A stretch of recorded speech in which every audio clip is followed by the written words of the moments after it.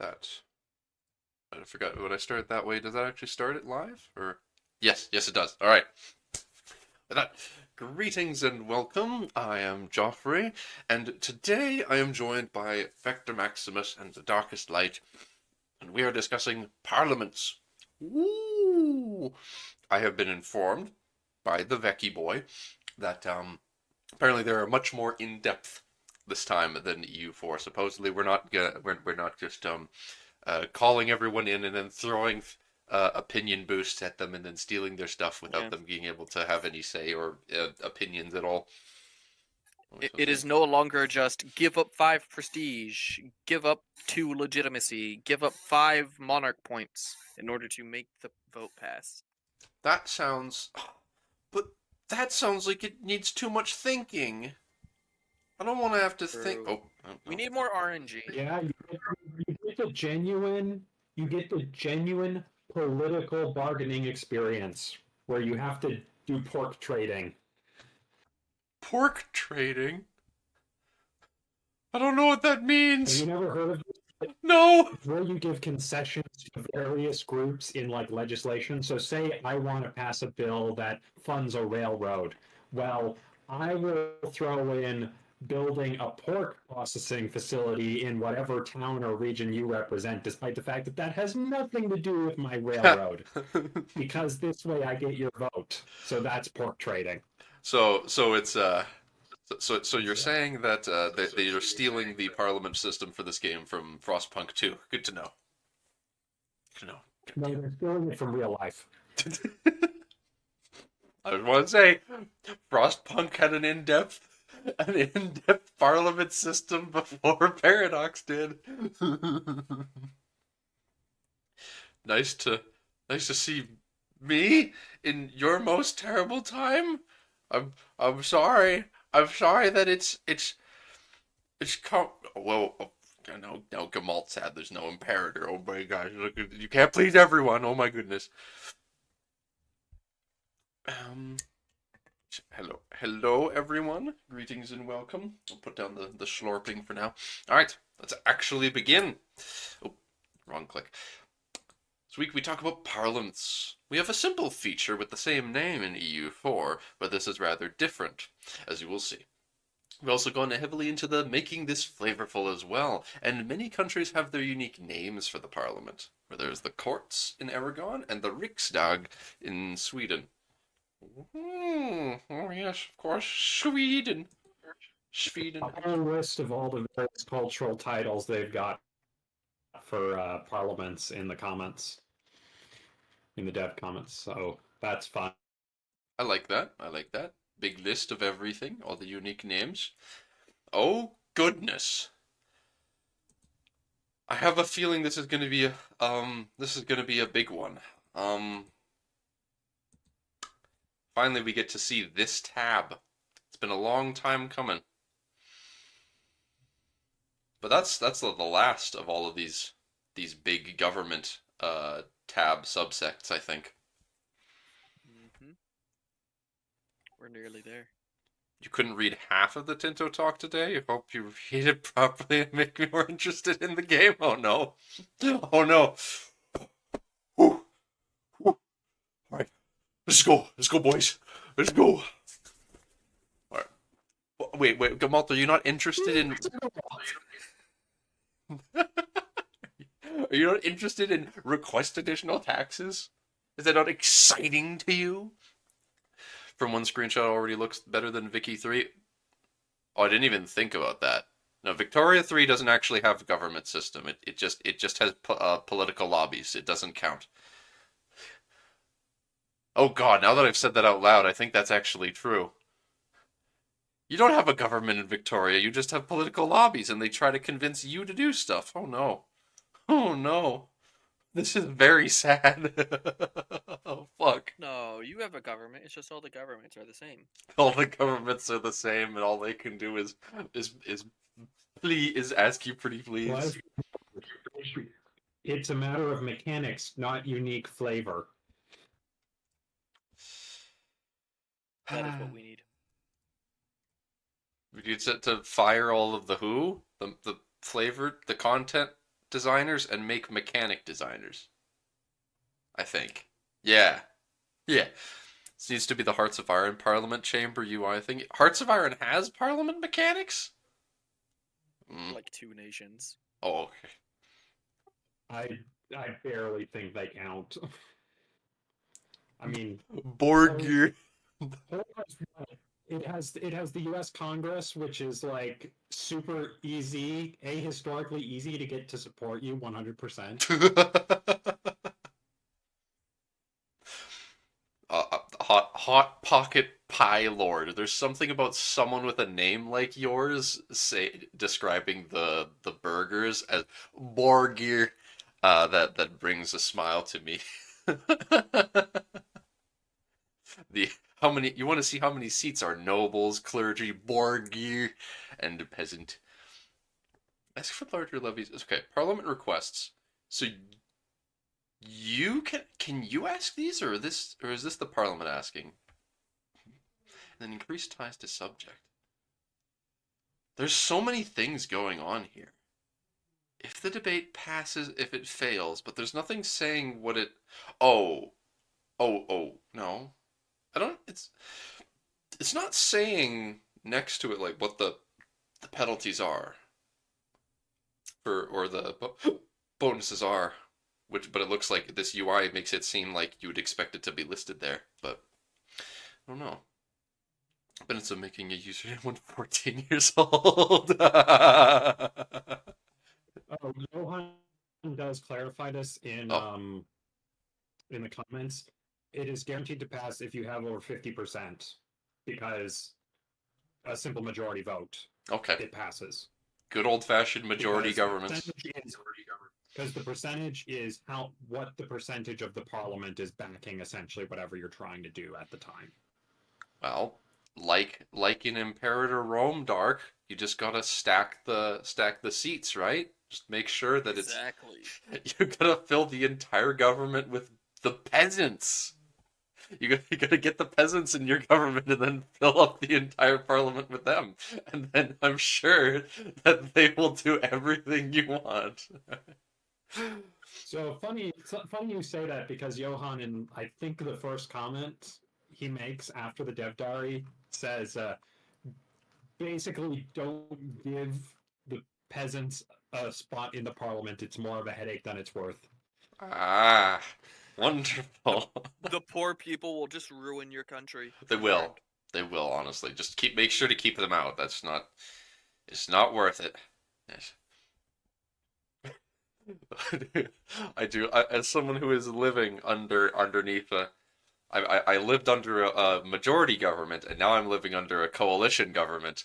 So for the past several years, I've been living in a situation where the dude in charge just to decide what he wants to do all the time. That's relatable.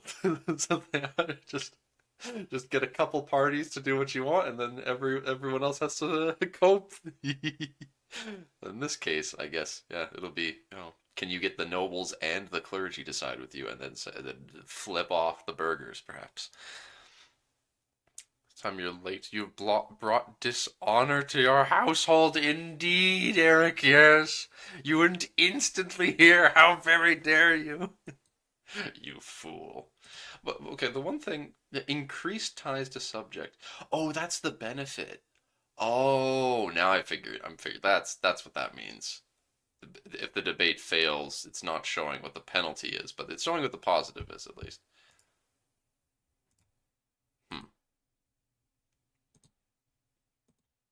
Parliament agendas. There's lessen levy obligations for nobility. Ah, yes. I wonder who's asking for that. I see. There's a castle with a blue flag, praying hands, and a bag. I guess put the fries in the bag. But yeah, I mean, based on the fact that yeah, I think I recognize that as being the burger symbol too. But it's like, yeah, change policy for burgers, new monastery, clergy demand. So yeah, it's pretty simple. But the plus 22%, is that telling you something about the reward, or is it telling you that you've got a better chance of successfully passing something like that because they have more authority or something? I don't know. You have the glorious. I don't know how the heck you say that. Liberum veto. Oh, well, I assume Oh, there's a way that you can veto stuff, but I don't know.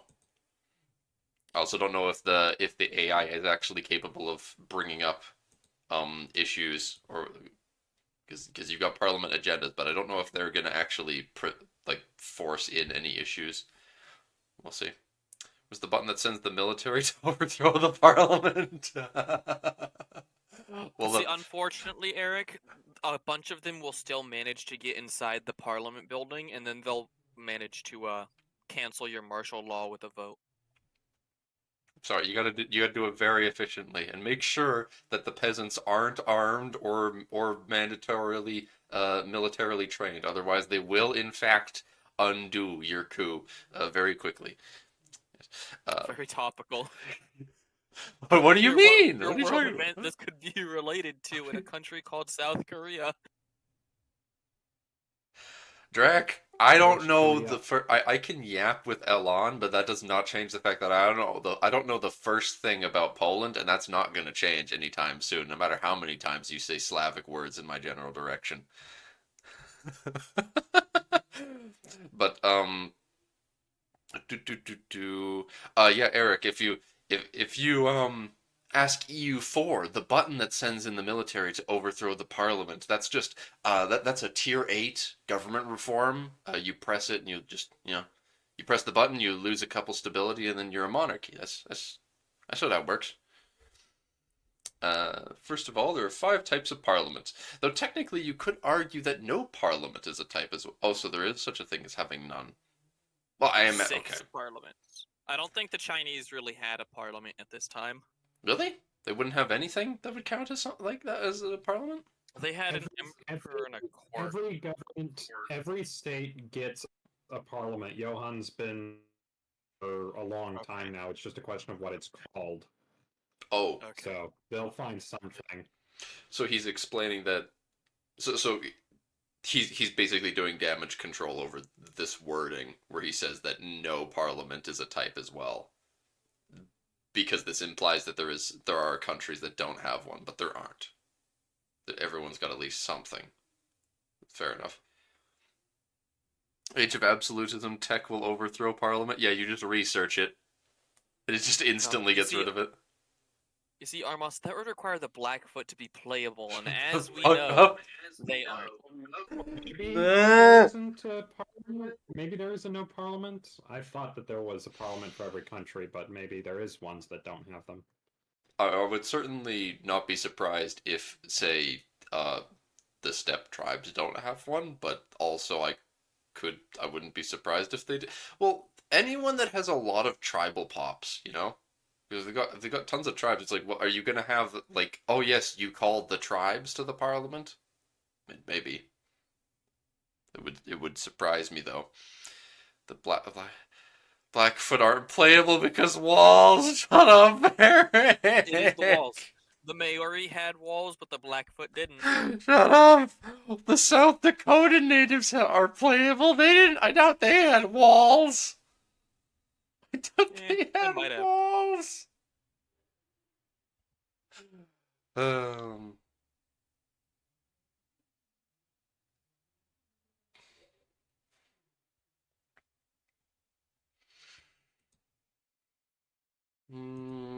Okay. First of all, they're yep. Um. Wait. That's based on different types of gatherings that different societies had, which means that different countries will have different types of parliaments, and she'll be able to change during the game. So we've got the assembly, which everyone can have. Nobles and peasants have agendas, but they will have weak impact. Nobles and peasants specifically. What the hell? What kind of government is that? So, sorry, what was that, Vector? Their impact game is weak. But why do nobles and peasants get a say specifically, and everyone can have it? So, Because if you think about it, I'm assuming it is the most simple form of assembly possible, and in those types, like a tribe would have an assembly, and in those cases you'd have two types of people attending. You have the bigwigs and then you have the commoners, because those types of societies, they might not have a massive mercantile class or a massive clergy, Mm. to represent as full estates in. And if you think about it, Joffrey, what are the clergy and burghers but up-jumped peasants anyways? True. Yeah. God. I think that does make sense to think, but I guess maybe tribes will. I expect that tribes will still have some peasants to a degree then. Where in that case you would have, because I guess we're just kind of going with the assumption that since the assembly is the most basic one, then it says available to all countries, that we're talking like Cahokia uses the assembly government type, the in the center of Arabia factions have an assembly, so they're probably doing that. But then the question is, does it add the tribal pops to the peasants faction, or are they just not represented? It should be a lot simpler parliament, quote unquote, like meeting with a few tribal chiefs. That would be fair. I just doubt they'd have something like that on release. According to Google, the South Dakota natives didn't have walls, but they didn't have geological formation that's called the wall, so it counts. No! What the hell? They built the wall. I imagine that being the reason. It's like, oh yeah, they get to be playable. Well, they had a wall. Like they just didn't research. It's like, oh yeah, it's just natural formation of rock. Just this one cliff in South Dakota. It's a cliff. It was like, all right, South Dakotan plains. They can be playable. Not North Dakota. Not Alberta. No one. Another Blackfoot L. It's very sad. Common. It's very sad. It's a very common one too. Day one mod. Just you wait. Just a rock formation in that location. I need to look this up now. Oh. I mean, there's a town apparently called that too. Well, oh, actually, that's a pretty neat rock formation, though. No, stop showing me the wall drugstore. Actually, no. No, you want to see it's the only thing to see in all of the Dakotas. It's like, oh, here's the rock formation. They advertise it the second you start driving into, I can't remember, I think it's North Dakota, and it haunts you your entire trip through. It's awful. The wall or the drugstore? The drugstore. The drugstore? You mean that? Oh, I thought you meant the wall thing. No. The drugstore. The moment you cross into, again, I think it's North Dakota, they start advertising it all along the highway, and there was literally nothing on that highway for hundreds of miles except more advertisements for the drugstore. You just gotta stop by. Doubles as gas station, and hotel, and all right. So moving It's essentially along, a massive tourist trap because there's nothing else. Well, except the Black Hills. I mean, that's pretty cool. Yeah, and Mount Rushmore. council. Yo, you gotta pass council government, like in Victoria. It just removes everyone from power. Yeah. I can't wait to get the trade unionists in charge. Codified laws. Codified laws sounds like that's like that's an Age of Traditions tech, ain't it? That's probably like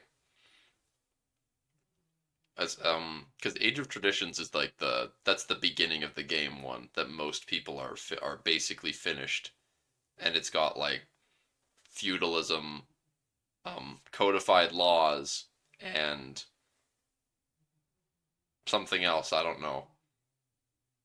I remember, but it's got like three. It's got your three institutions because every age has institutions, and one of them is codified laws or codes of law. Code of law. That's literally called code of law, I think. And Victor keeps launching at you for. What is he doing? Um, but I assume then that so this is basically the council. This is your baseline. You've reached like you become feudal kind of thing. This is like once you're in the vaguely feudal age type of government, and it has a parliamentary system. So maybe the assembly doesn't have a parliamentary system because the council says has a parliamentary system. Yes, so maybe assembly does not. They have agendas, but I don't know. But yeah, the clergy's in parliament. That's neat. But then they've got a weak impact, huh? Okay, so all of the early game stuff is realistically designed where the people don't have all that much say. It's just the monarch or whoever is in charge is still the big calling the shots. Because everyone having a parliament is because the mechanic because the council in no way is a parliament as we know, but the mechanics would work similarly, but with different stuff and limitation. Yes, that is what I would assume. Is yeah, they say yeah. For example, they have a weak impact, they have agendas, so it basically maybe there's later game systems. Maybe like later game stuff will like come to a point where they both have a large impact, and the AI slash the estates can actually try to force through issues. That's something I really care about. I want there to be a situation where they can actually propose, not just like have an agenda, but actually try to pass a law. And you need to deal with the fact that a law is being like attempted to be passed by the people in your country. That sounds fun. Um, Estate parliament requires feudalism. Oh, okay. So the council is different from the estate, but the estate parliament. But they're both age of traditions, I'd imagine. Nobles, clergy, and burghers all have agendas. Yes. It does not say that they have a really weak impact, though. Autocratic parliament requires age of absolutism. All right. This is the one I'm very curious about. Nobles, clergy, and burghers all have agendas. The crown power is 25% stronger and can force through any issue they want in parliament for a small cost. Ooh.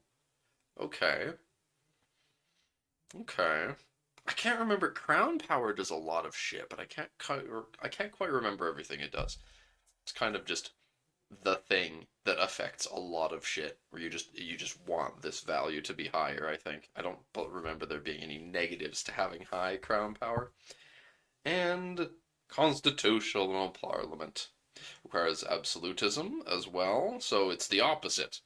I see, but it requires the same level of tech. Nobles, clergy, and burghers all can have agendas, and their impact is much higher. The nobles' estate has an improved estate satisfaction, so the nobles specifically are more happy in a constitutional parliament. Huh. I would have figured it would have been like the burghers that would have been more happy, but I guess the original constitutional monarchies were very much designed it as in like Magna Carta situation where like the English tech like had a constitutional monarchy for a long time, long time more than most people, but it was like yeah, there's rights and restrictions on the government, but it's more a case of what they can't do to those of noble blood. uh,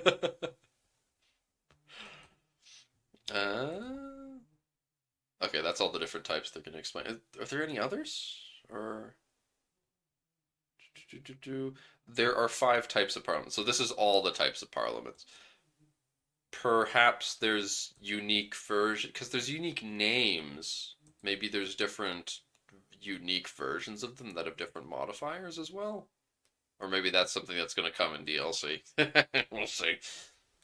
Right. Moving along, then. If you wish to let your peasants have a say in your parliament, you can grant them a privilege, but don't say we didn't warn you. As you said, Vector. Yeah. I believe it was you who had said that. Yeah, you Johan is talking about it being a dangerous thing. How to fix the country? Get the peasants out of parliament. Yes. Everything was fine before the peasants, those illiterate fools, started having a say.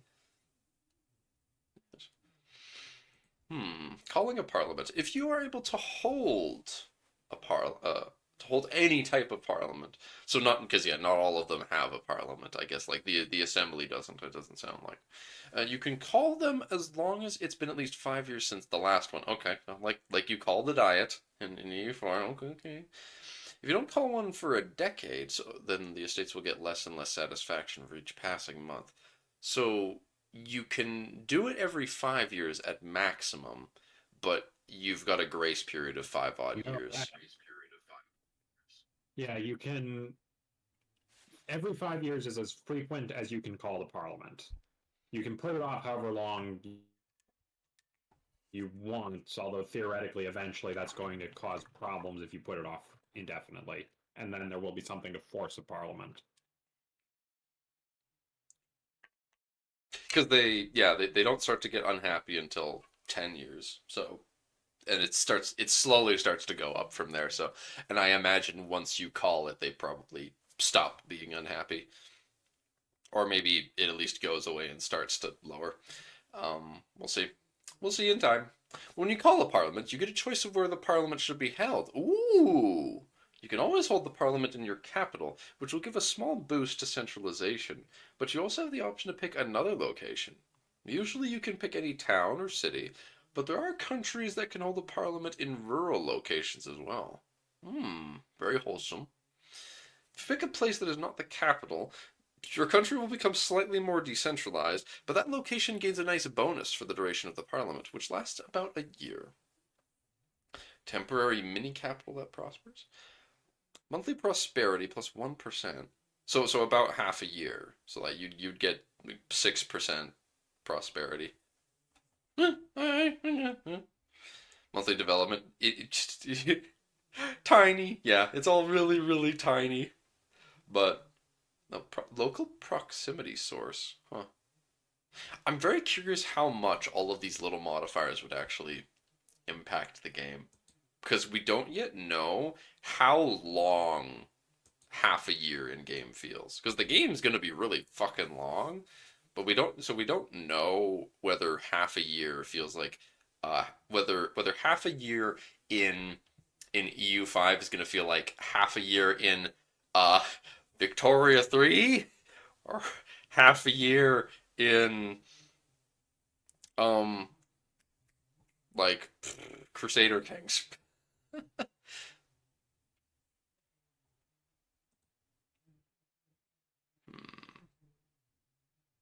You also need to pick an issue that would be the main debate of the parliament as well. Oh, okay. So you need to pick issues that are going to be discussed. Pick an issue. Wait. Okay, you need to pick one specifically. Okay. Where the parliament support you gain depends on the current power of the country. On their current power in the country.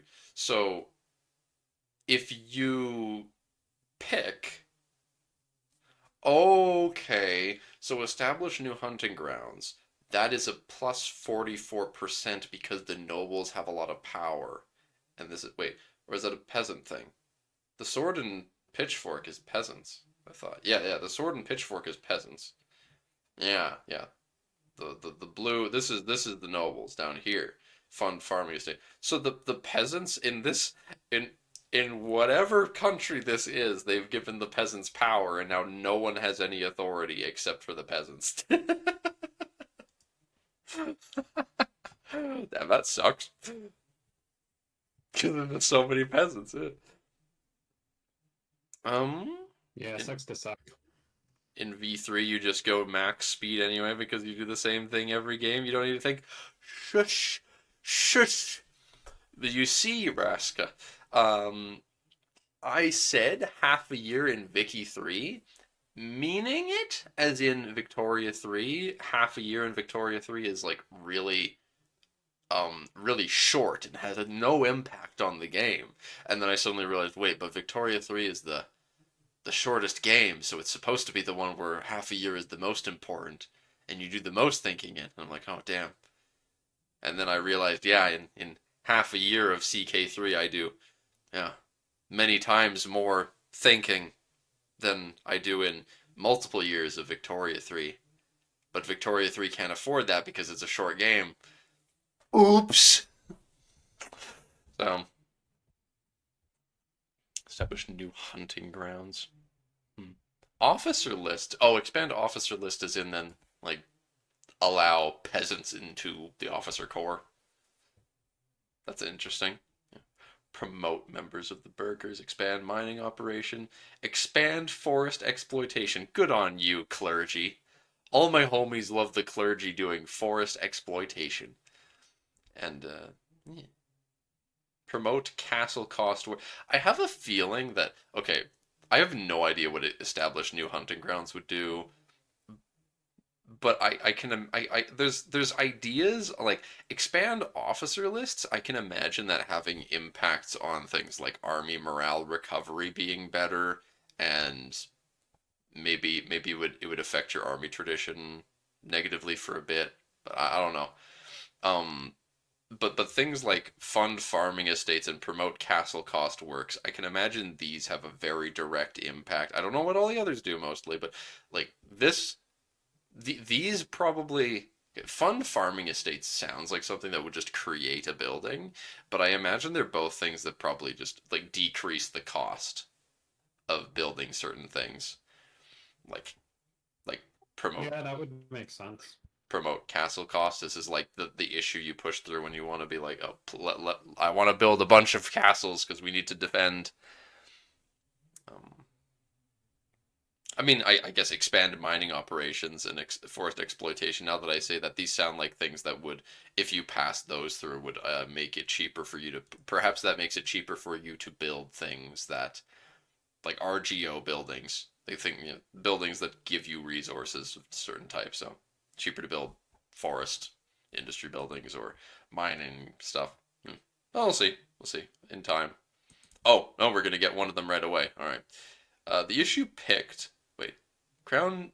The needs of the crown do not grant additional support. Oh, I didn't even pay attention to the top two because they didn't have a green number. I'm silly. Bolster the government and conduct a census don't have any bonus at all to their chance of success because it is you that wants it, so no one inherently supports it. That's very interesting. You gotta work the hardest to get those to pass. You know, it's really tough. Conduct a census. It's really hard to convince people to just count. There's too many people. The issue picked has a modifier that is applied to your country while the debate is ongoing. In many cases, this is rather beneficial, but it only lasts for the duration of the parliament. So yet another thing that's only lasting half a year during the half year that the parliament's in session. We currently have over 70 different parliament issues and about a dozen country-specific ones. Wow. That's really nice. So, damn, old man Joff sneezed there. Whew. Okay, but 70 different parliament issues is a lot. I'm very curious what they all are, but that's yeah, it's a good start. It's a good start. How many do you need, Vector? Yeah. 70 is a good start. How many do you need? Let's aim for 300. Those numbers up. 300 base, yes, 300 for everyone, generic ones, and equal amount, another 300 unique ones. Look, you love how every system in EU5 is built with nation flavor expansions in mind. I do as well. That's a very, very good point, Rasak. It's always they always have it built from the ground up with the intention of there being unique variations and to just type, yeah, unique stuff depending on culture, tag, religion, all sorts of things like that. I'm sure that when it says, yeah, a dozen country specific ones, there's probably at least one of those dozen that is unique based on like a religion or culture, and then other ones for your type of government or the region you're playing in. Maybe China has one, for example. I don't know. Or maybe they're all literally just England. It's all just England because English Parliament sneaks in on day one. Proper.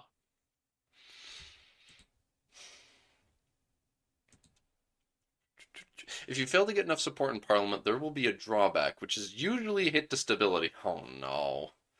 Oh no. Any of you folks who've been playing Imperator like I have know how bad that is. You don't want to oh god, you lose 7? Alright, we finish reading. Usually, if you get over 50% of the backing in the parliament, the country will get some benefits depending on the issue.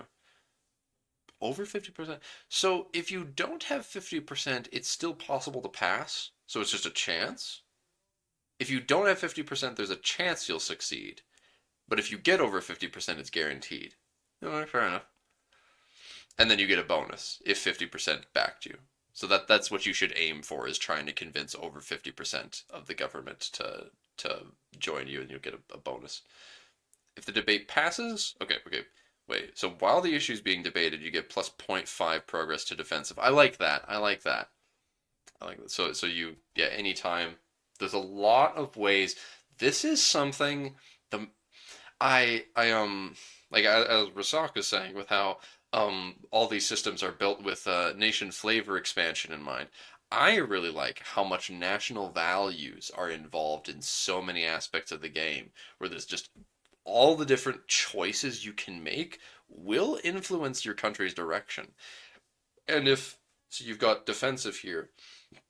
If you don't have, presumably if you don't have any laws that influence you either towards offensive or defensive, presumably you'll just move yourself in a direction and from like doing this law, for example, and it'll just stay having been moved a ways to the side. Or maybe you're someone that really wants to be offensive, and then you which as we discussed, offensive is trash in EU5. What terrible the defense meta is here. But presumably if you want to be offensive but you want to build castles, you might reconsider trying to pass this issue. Wait, while the issue is being debated, castles and stockades are 50% less expensive? Yes. That's not even when it's been passed. Parliaments are good. Yeah. So, but then what happens when you pass it? What does this fortification work for 10 years? I think it makes them better. Maybe it continues the cost reduction as well. Maybe it's like it continues all of these modifiers plus some additional stuff. Or maybe it's the exact same thing. So the idea is just while you're debating the issue, you get some of the effects.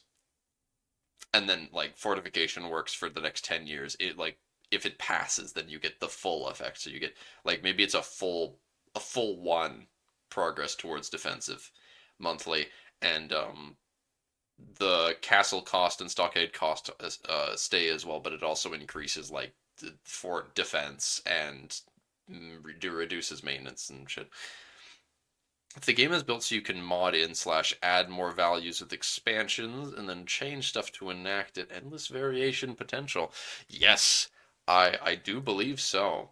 I think that they are setting this game up very well to be a long-term game that is very easy for them to build up with how wide the baseline is. It's something that I always, I don't know how much I say it now that I think about it, how much I actually speak the thought out loud, but to me, the most important thing I believe the most important thing when developing a game such as this with Paradox's DLC and long form support model, I believe the most important thing for them to be doing is having a very strong base that can be expanded upon, and then making sure to continually, like what they're doing with CK3, continue to, as you update the game, expand the base of the game. Add new fundamental mechanics into the core game, and then you can build up on them with DLC. And then sometimes multiple DLC can link together, and that's how you get the pyramid. The pyramid just goes up as things, every once in a while, those DLC mechanics overlap, but it's not essential that they do. And just slowly you continue to expand the base, which allows more room for things to go up, which is good. Is good. And the way that they're designing a lot of these sounds like it will be extremely moddable, especially with how many unique ones they're going to have at game start. Just on launch, they're going to have over 70 different ones. Like they currently have 70, which means that they're probably going to have more by release, and then about a dozen country specific ones. Tons of unique stuff. I can't wait to get my hands on it, but I will, because you have to. We all have to wait. But again, -7 stability is bad in Imperator. That is like, it's okay. It's not horrible, but the reason I'm saying it's bad is because this is you losing 7 stability for something like, in Imperator you lose 15% stability if you pass a law, for example. That's a very rare like thing that you sit down and you think about, you make sure you're nice and stable and you're ready for it, and then you do it. It takes a long time. This is something that's happening upwards of every 5 years. If you fail this is just an off the cuff thing. Like, yeah, well, it's not even like passing a law, and you'll just lose 7 stability if you fail. That would be dreadful, because that is not going to come back quick, I'd imagine, if it's going to be based on the same system. Conduct a census, Parliament issue. While it's being debated, you get plus 0.5% pop growth, and if it passes, you actually gain stability if you pass it. Well, that sounds nice. I like that bonus for sure, but I'll have to see how stability feels. Once the game is actually out, we'll have to see how the general balance around stability feels before I could make a judgment on whether this is ever worth doing. I have my doubts that there's going to be many situations where you want to do this, because I doubt that this small pop growth increase is ever going to be something you really care about. But you'd realistically be doing it for the 7 stability. So this is like you're down in the dumps. Your country is like really low on stability. You need some desperately.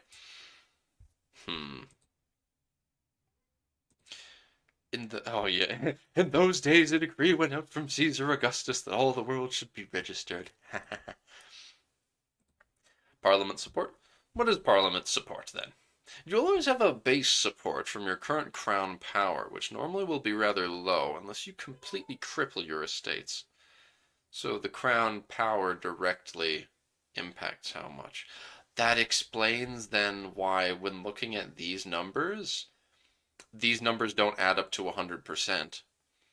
I was very curious about that, because you've got 44% from the peasants, but the rest of these don't even come close to reaching 100% total.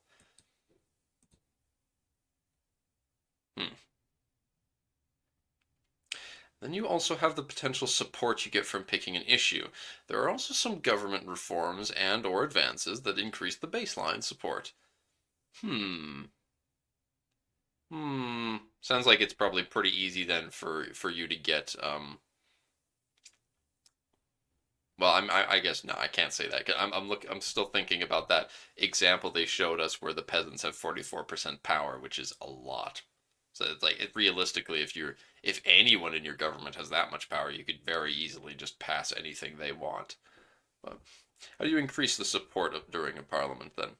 Parliament agendas. You can always see what agendas the estates want to push during a parliament, and if you grant them what they want, your parliament support will increase. The amount that the Parliament support increases is based on the estate power they have, multiplied by their current satisfaction. Okay. Okay. So the power they have multiplied by their current satisfaction. We'll have to see how that maths out. That's a little. It's a nebulous concept at this point. We don't have enough information on that. But this makes it. It's something to the effect of an estate with 100% faction. If you give them what they want in the parliament, it will give you 100% support. But say estate satisfaction for the clergy is 60%. If their power normally would be 30%, then if you do their thing in the parliament, they'll only give you 20 towards your pass. Yeah. Because yes, you've given to the estate, but they're not 100% behind you on a normal day. So even with your concession, you're not going to get all the clergy behind you. Yeah. That makes sense. No, I get that. So that's why it's multiplied by their it's their amount of power multiplied by their satisfaction. So the more satisfied they are with you, the more that they'll support you on whatever issue you're going for. So the idea is, as long as you keep the estate satisfied, you'll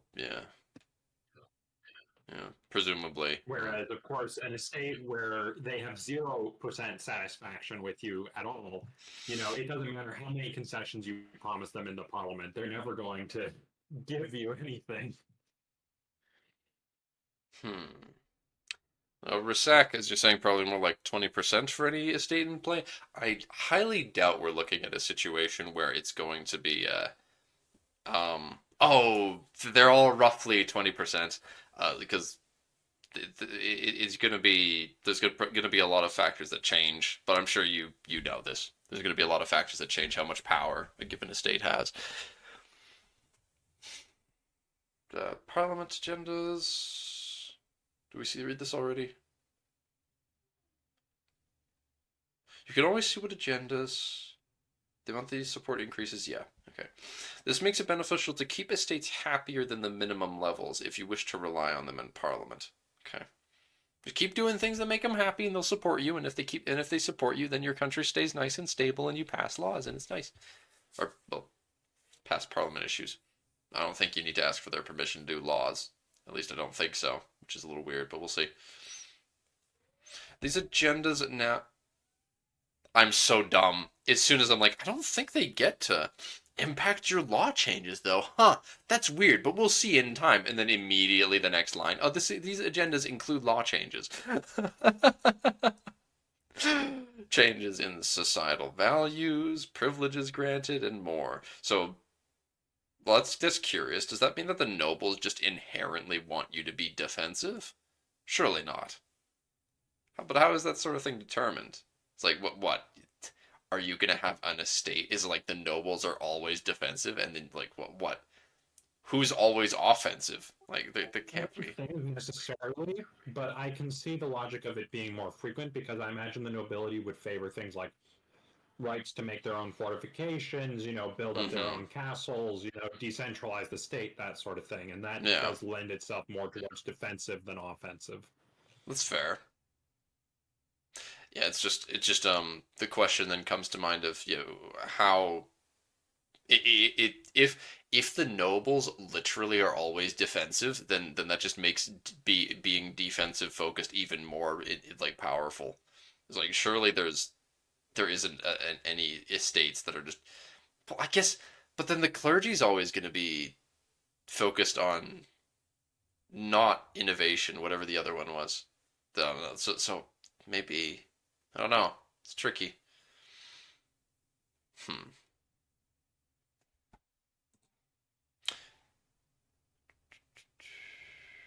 Nobility's autonomy support. Ah, you lose stability for this agenda, and it changes the societal values by 2 towards decentralization.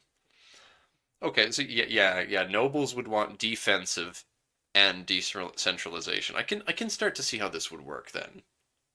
Like, the nobility would get upset if you move too much towards offensive and centralization. And concessions to them would be about pushing you towards the other direction. Monthly. Change the file. Currently, they're already moving towards decentralization. That's funny.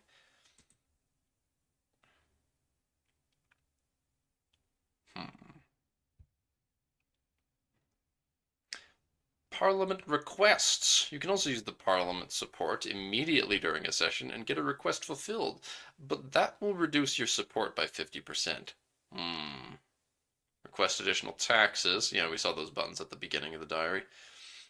This allows you to collect more taxes from the estate during the next 3 years. As for larger levies, this will make you able to raise 25% larger levies at any point during the next 3 years.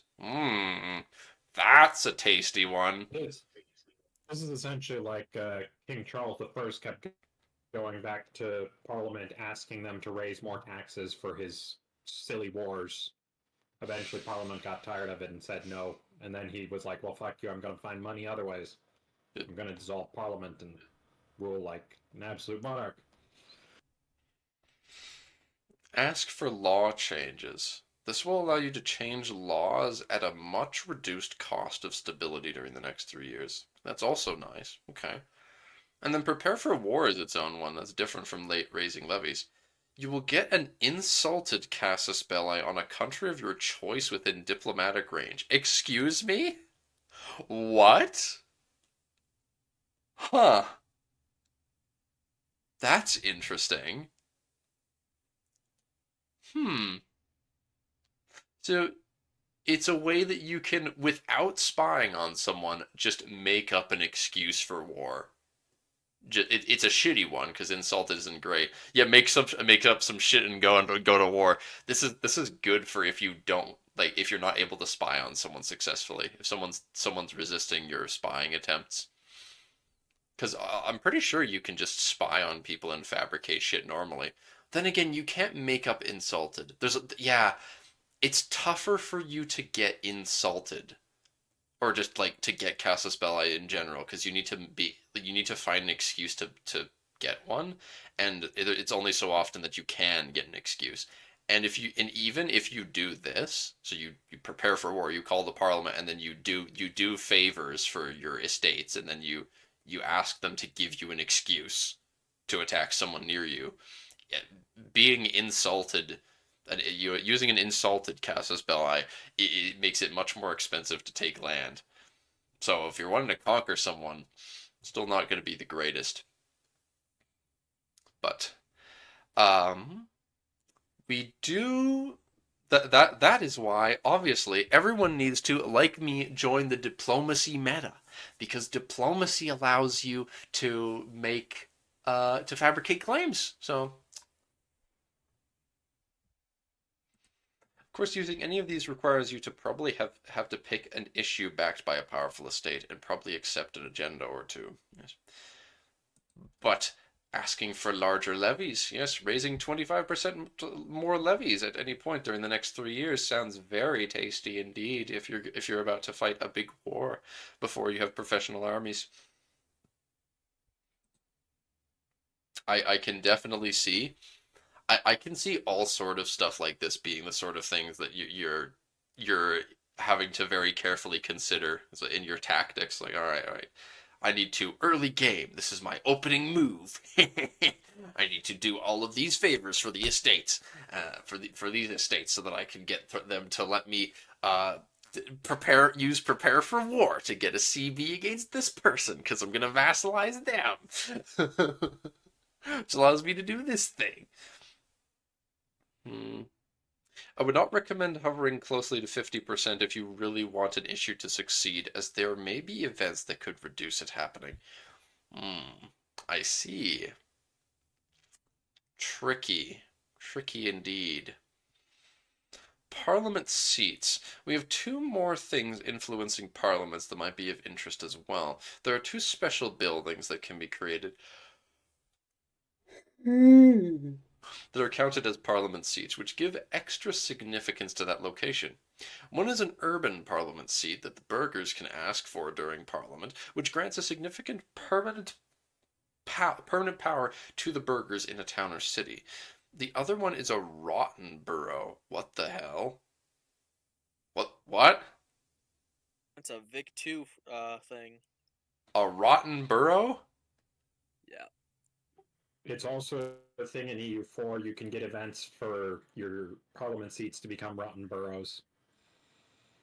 A rotten borough. The nobles will build in rural locations, increasing their power if they're not currently happy. So, what the heck? What even is that? What is a rotten borough then? So, the nobles build it. If they aren't happy, the idea is that if they aren't happy, they will use their influence to invent, to just like make new parliament seats, but they're parliament seats that are out in the country and are just applying to them, so that they're just applying to the nobles, basically. I guess. Huh. Weird. I might have to look that up. Before we end, though, we'd like to hear of any flavor names you would like to see for parliaments. We have about 35 at the moment. Stay tuned as next week we talk about disasters. Ooh. Yes, yes. I can't wait for what was it? Wait, I forget. Peasants War? Peasants War.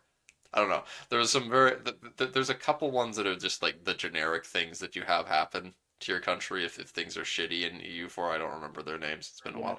Peasants War, religious conflict during the Reformation. I swear there was another generic one. The biggest ones I can think of. I swear there was Civil a War something. I don't know. No, it wasn't Civil War. I can't remember.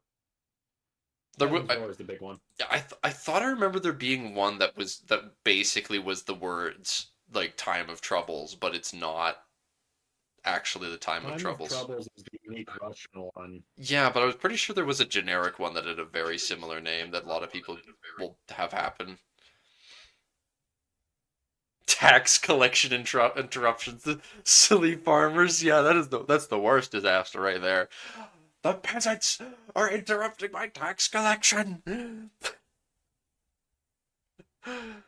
All right, let's look through some comments then. Nothing like having the parliament-approved census officer giving your love life the stink eye to get baby booming going. Yep.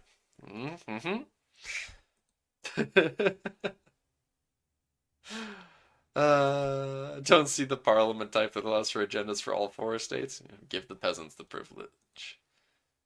Yeah, yeah.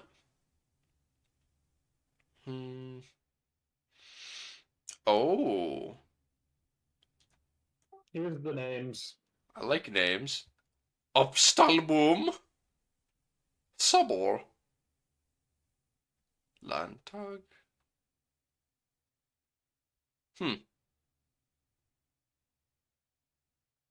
Sogdu. Staten General. I've heard the Duma before. Why do I remember that name from? I don't know. So the Sogdu was the unicameral legislature of Bhutan. Bhutan? Praise be the Thunder Dragon Empire. What? Direct rule from the Himalayas. The Himalayas have a unique name for parliament. That's great. Duma's Russian. Yes, you're right. That's why I remember it. Yep. Glorious. Oh, there's also a vet chain. Localization for every single culture, Joffrey. Oh yeah, easy, so easy. Have it done lickety split. Just you wait. So after Johan posted this comment, there's about 1 million other people commenting various cultural names for parliaments and such. Because they were like structures. They were all like, "Oh yeah, we've got 35 now," and then as soon as they make this post, it's like instantly they're like, "Oh yeah, add these for the Croatians," and then Just keeps going on, I imagine. We'll have to sift through quite a few name suggestions. Any parliament types? Yeah. Why not have all lists sortable by any attribute in the list? In this case, it would be almost all lists in the game have sortable by the headings at the top. Oh, yes, of course, of course. Alphabetical by two different stars? I don't know. I'm assuming one is by power and the other is by state type, just without icons. Hopefully they give one of them an icon, but we shall see. We shall see. From Hawaii for Kaiserreich. The Duma. I see. The 5-year thing something you can change in game or be forced upon you. There are multiple ways that Parliament will be forced upon you. Yes, good, good, good. That's what I want. That's what I want. I want there to be situations where the estates are being massive assholes and force me to call Parliament all the time.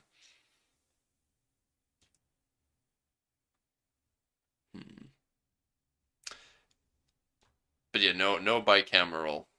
No bicameral governments, as Vector had told me about before we started this today. So unfortunate. No United States.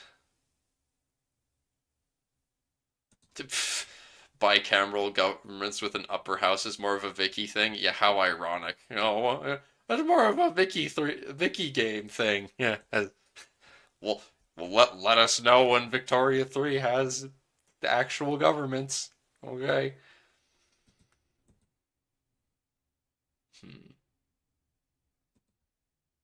So this is how Liberty dies. Yeah. And yeah, you did share the unique names. Decides if it. So 50% support at the end is passed. Okay, so it is a case of you need to get over 50% support to pass it. Otherwise, it just won't be passed if you don't get 50% support. Playing Poland will be hell. Gosh,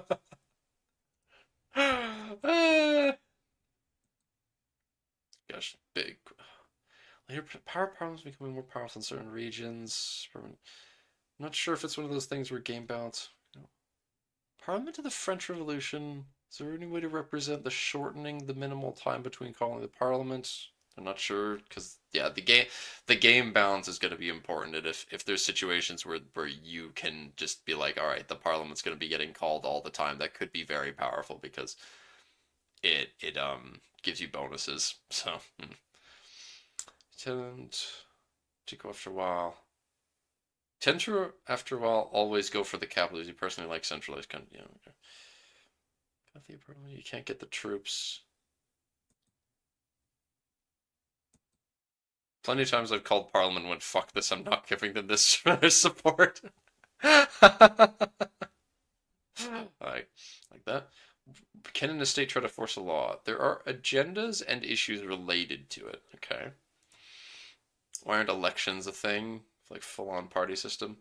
They're not in the scope for this game. Estates matter, but not their actual characters. The English wigs or the Swedish hats and caps are not really that important to us at the moment. Yeah, that's not surprising. Damn, the Swedes had hats and caps as two different things. That's not confusing at all. Should a census really generate population growth? More realistically, have it increase taxation or levy contribution? True, but many censuses also actually found people the estate had no clue about. So the idea is it increases pop growth because they're just discovering that people exist in your country. Oh God, that's a funny way to see it.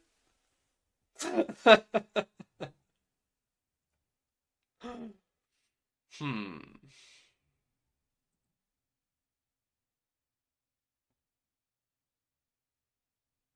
Yeah, exactly. The census officer dude comes to town and is just like, oh yeah, I'm trying to check up on people, and they're like, oh well, make sure to go down that street, and it's just like this ratty dirt road that's like like there's this small like dirt path that goes off into the trees, and it's like, wait, there's people in there? It's like, oh yeah, there's like 50 people that live down that way.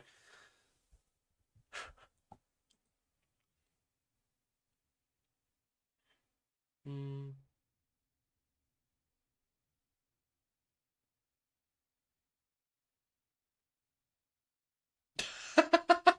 Uh, if anything, the census should give randomly somewhere between 2.5 and negative 2.5 or plus 2.5 pop growth, because you really don't know how many people you have. Imagine if there was a chance. You just roll the dice. It's like, oh, sorry, you actually have minus 2.5% pop growth because you've checked and you realize there's actually less people than you thought. You've actually been going to all these houses and demanding more taxes of them than they have people. Hmm. That's multiple people asking about filters, but I mean, I didn't see the filters when we were looking, so fair enough.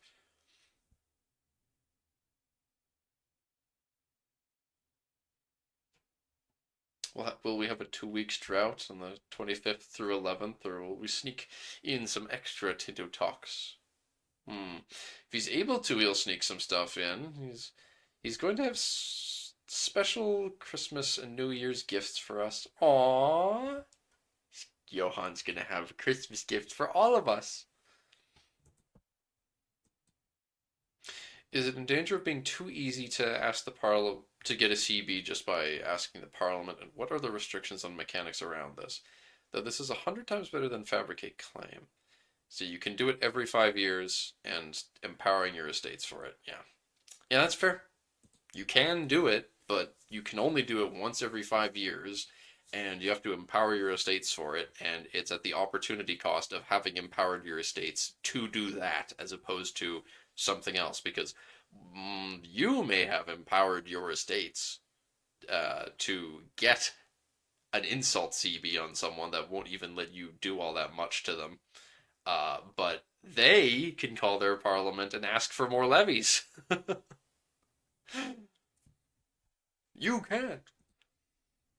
Can agendas in Parliament also be opened for other states like Cossacks? Be allowed them to participate. Good, good, yes. Cossacks in the Parliament. That's really funny to imagine. Oh, yo, you need to get the Dimmy. Get the Dimmy in the Parliament. Oh my goodness. That's probably actually a thing that you could give them a privilege. It's like give the Dimmy seats in the Parliament. That's great.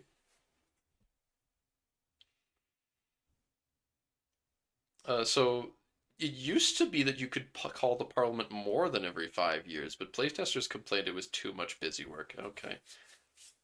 I think that, yeah, if calling it every more than every 5 years would probably become very tedious in time and also be very, very strong. Can probably give any estate the privilege. I imagine so. I imagine that that probably is the case. I'm just curious what sort of issues the well, the ulema, no, the ulema are just the priests. What kind of what would the Dhimmi want? Yeah. I guess asking them, you could ask them for some pretty interesting bonuses, I'm sure, though.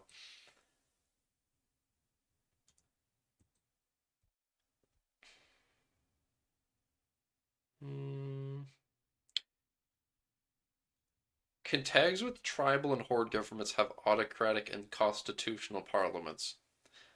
If they can research it, then yes. But well, yeah. If someone has stayed as a horde, it says error, YouTube's not. But it says I've still got good. Okay, whatever. So yeah, if someone stayed as a horde long enough to be researching absolutism texts, then I don't know what the hell they've been doing. That would be impressive.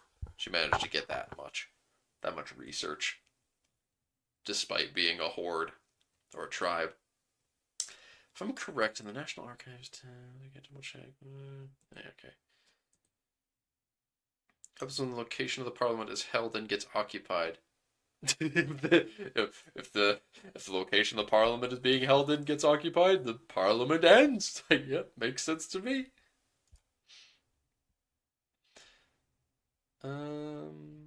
England, UK certainly had a constitutional, but compiling it into a single document is a sort of uncouth thing that revolutionaries get up to. Huh? The English crown can use the parliament to curtail the Palatinate of Durham's power in the north, for example. Oh, well, that's Durham mentioned? Oh, that's funny.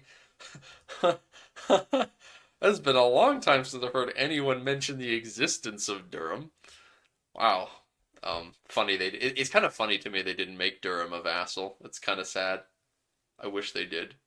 I would 100% love to play them and try to survive somehow and make theocratic England.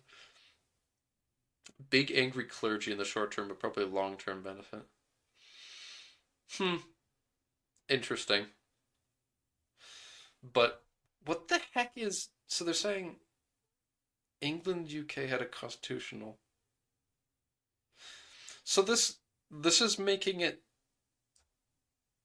What he's saying here, compiling it into a single document.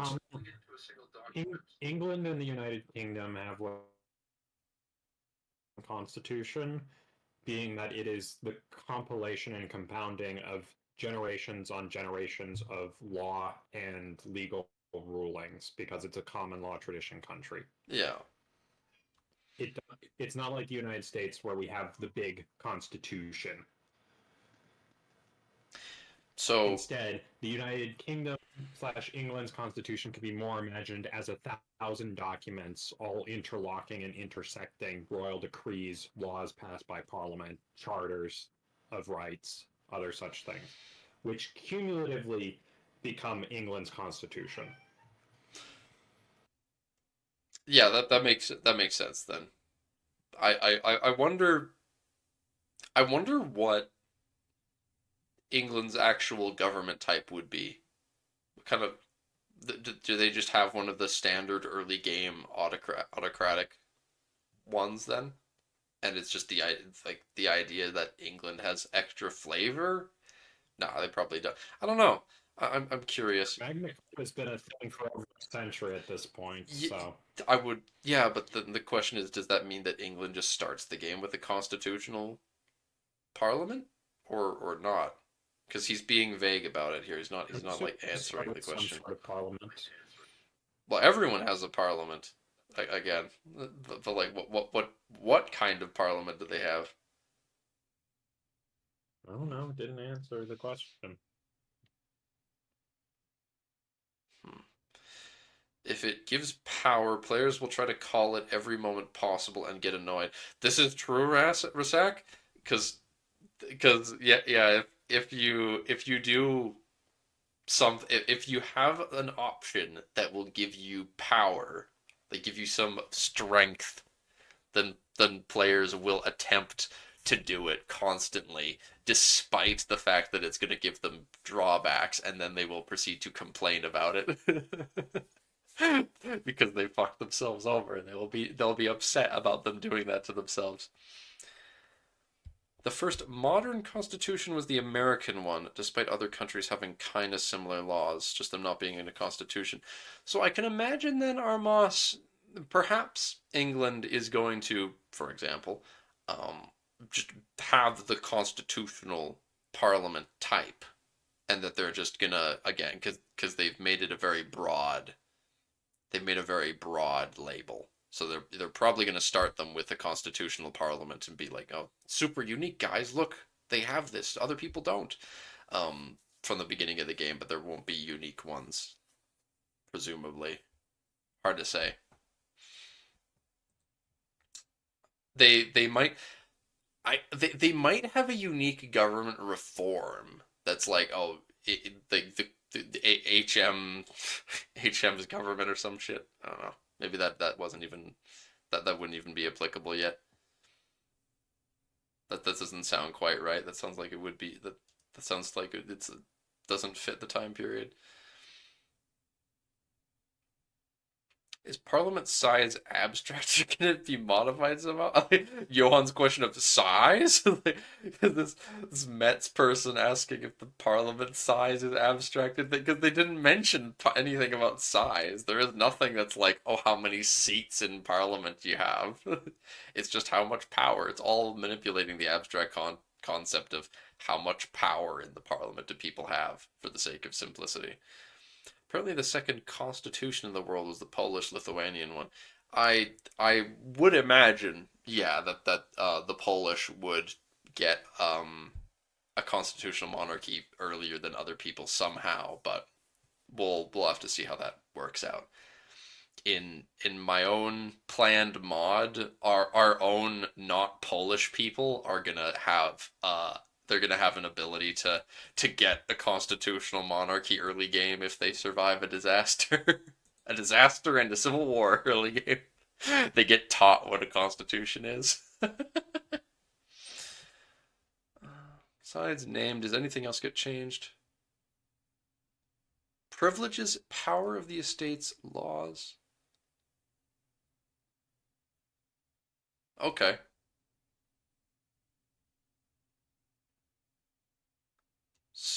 I mean, Johan doing his typical way of answering questions that raise more questions than answers, but I assume this is him saying that the different types of governments, where they've got the different, like Castilian court and Swedish Riksdag, maybe have some unique privileges. The powers of these states are different, and some unique laws. But we'll have to see.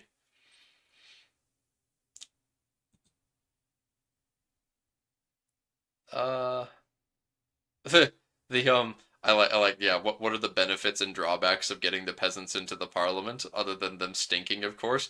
Um, the singular answer is there are more options for agendas. This is both a positive and a negative. The positive is the peasants have a say, and you can ask them for favors and get their power involved in the whole government situation. But the drawback is the peasants have a say, and they can use their favors.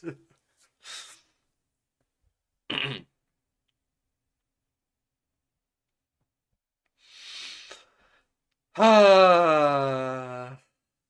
How will this session work if it has Liberum Veto? Would you need 100% support then? Oh no! No!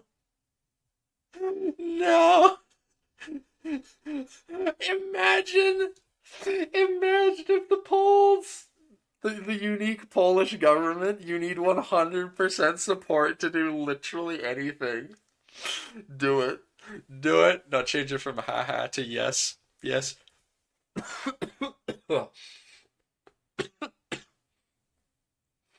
Oh, and I just now realized that that was the thing that Dracat was asking me if I knew about. And I did know what it was. Yep.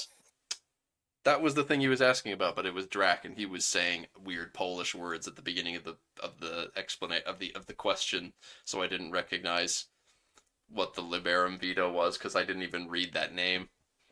I just read him saying some other word.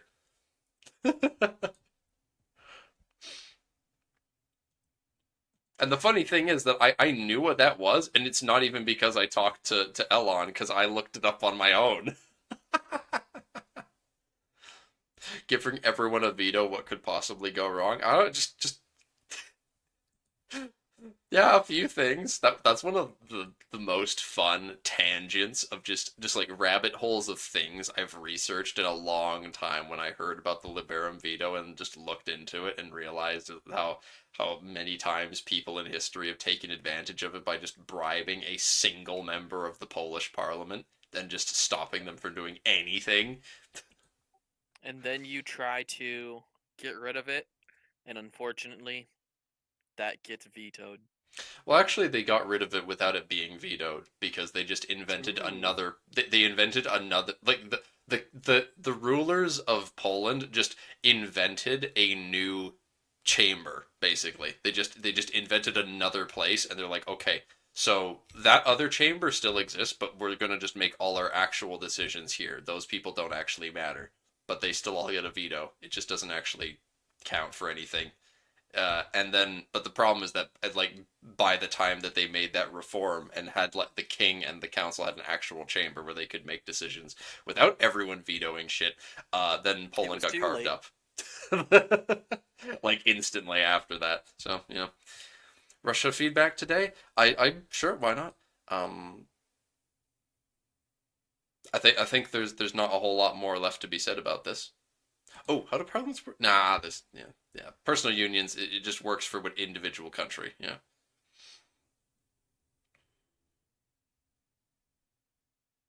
How moddable is the system? Most of what has been shown above is moddable. Flavor names, types of parliament, issues, agendas, and requests. All the types of parliament need at least one estate to function, which in the base game is set by default to be the nobility, although that's hard-coded. So it's hard-coded to always have the nobles? What? Rather, the hard-coded default is a parliament will start with the nobility as the estate, as a base. So if you want to mod any modded government, any modded parliament will still have to have the nobles because it's hard coded that if there is no estate, it will automatically default to nobility. Oh, the because it hard needs at coded least one to function. The hard coded thing is that yeah, nowhere in the code can you change this fact. It just is them by default. Yeah. But if you, on top of that, make a change saying disallows nobility in parliament, then that works, theoretically. Yeah, basically, the way it works is you could code up a parliament that says allows clergy, allows burghers, does not allow nobility. That's fine. What you cannot code up is a type of parliament that says no estate. Yeah, it always requires at least one, and if you don't specify which one that is, it will be the nobility. Even if you then have it say disallows nobles, it will then just add the nobles anyway. If you tell it to disallow literally everyone, it will just have another one. Yeah. Like theoretically, you could make a type of government that literally is just the dimmy, but you would still need to have at least the dimmy for it to function and not just give you the nobles, which makes sense. What's up with my throat? It's so. I feel like I've got pollen in my throat. It's so weird. I hate that feeling. It's like I swallowed a cotton swab. Ugh. Catherine the Great's pawn due to mommy issues. Oh my god. I mean, who wouldn't though? Who wouldn't be Catherine the Great's pawn? This is the like third time someone's brought up the Liberum veto. I mean, I can't blame them. So fair enough, Drac. I can see why you asked about it at the beginning. Oh, this is great. The Slach is not so powerful and entrenched in 13.7, but they will potentially be very dangerous. We'll talk more in details of Tinto flavor devoted to Poland. The Liberum veto does exist in game as an estate privilege. Are you excited for that, Drac? Are you excited for the Liberum veto to exist in game as a privilege? I can't wait for the death spiral and eternal paralysis. Can't you? Are you excited, Drac, for neighboring countries to be able to take the espionage action against Poland to bribe singular member of parliament to just destabilize their country? It's like, all right, spy on Poland for a bit. All right, press the button, bribe a member of MP, and it's just like, all right, next time they hold parliament, all right, it fails. The parliament is voting on resisting Russian invasion, and a single member rushes in screaming "Liberum veto." No, we will not fight the Russians. We will just roll over and die. His wife is a member of the Rurikovich family. Like, sir, your wife is a member of the Rurikovich family. She's the youngest sister of the current czar. Do you think you've got a conflict of interest? No, no, no. I just disagree. I think that we should let them win.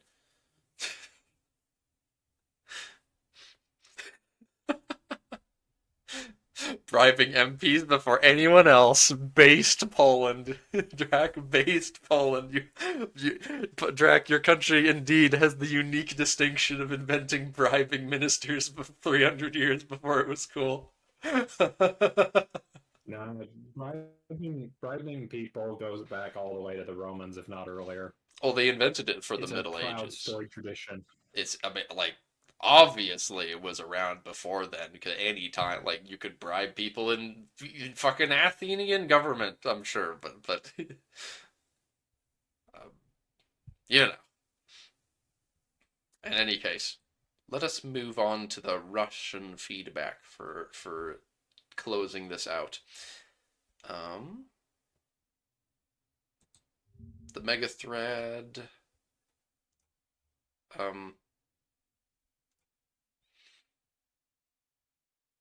Mega thread. I did see that there was Russian feedback somewhere. Carpathia Balkans. Where is it? There's the feedback for Russia. And where's some Saturday buildings? Port Authority, hospital, and university. Let's see these. Let's see these first. Hospital, 100 clergy. There's no tiers of it. You can't stack these. You just have one or you don't have one. I don't know what that castle symbol means. They keep changing the UI sometimes. It's confusing, man. But life expectancy for the location. So if you've got a minister working in that location, they'll live longer. And plague resistance sounds nice. Is that hemp? Yeah, that's hemp. Hemp. Metalworks, paper, books, interestingly. Books is its own thing. Oh. The Wi-Fi cut out. Yeah, your stream's coming on and off. Yeah. I see. Books. I still don't get why life expectancy is location based. Well, because as I just said, it's because if you have an MP in that location, they live longer. That's what the MP is working. There's a hospital there, so they have less chance of dying. What don't you know? What's the confusing part? The MP has to actually go to that place. Why is that weird? That's a weird way to set it up. Why is it weird that the members of parliament who's living in a plague-infested backwater is going to live less than one who's living in an urban center with hospitals and is like cleaned up and shit? It's weird. It's weird that it's location-based life expectancy, and each one is specific, like different. In this What way. do you want it to be province-wide or something? Like what should it be? Location-based life expectancy just feels off. You feel Feels off. Very reasonable to me. Yeah, it feels like exactly what I would want. I'd feel really weird if it was government-wide. I don't mean realistically. I mean mechanically. That's what I mean. Yeah, it's like this is what I want. This is like the most realistic solution. Is making it location based. Realistic as in that is what I would prefer. Out of all the ways you could handle it, this is realistically the best. I like the most. What's wrong with it? Why does it feel off? Say something, huh? We're giving explanations for why it's good. The locations are too detailed and too many for a building like this to provide location-specific bonuses for people that you move around constantly to get a good benefit from. You don't move them around constantly. You sit them down in one specific spot for years at a time, and that's where they're working from to do a specific job. Yeah, if someone comes down with the game, plague, you'll move them around constantly. All right, but if someone comes down with the sick, estimating the amount of micromanaging the people is going to be like I don't know. I just don't see you moving massive amounts of population all the time. It doesn't have anything to do with population. It's Yeah, your it's MPs, with your MPs. specifically characters in your government. The It has nothing to do with the characters in But your is with the the life expectancy pops. specifically for the characters living there, or Characters, is it for the nothing to do. population in the province? Again, nothing to do with pops. It's only characters. It's specifically for characters that are Weird. in that location. What? See? Why is it weird? See? Okay, Because you do move them around a fair bit.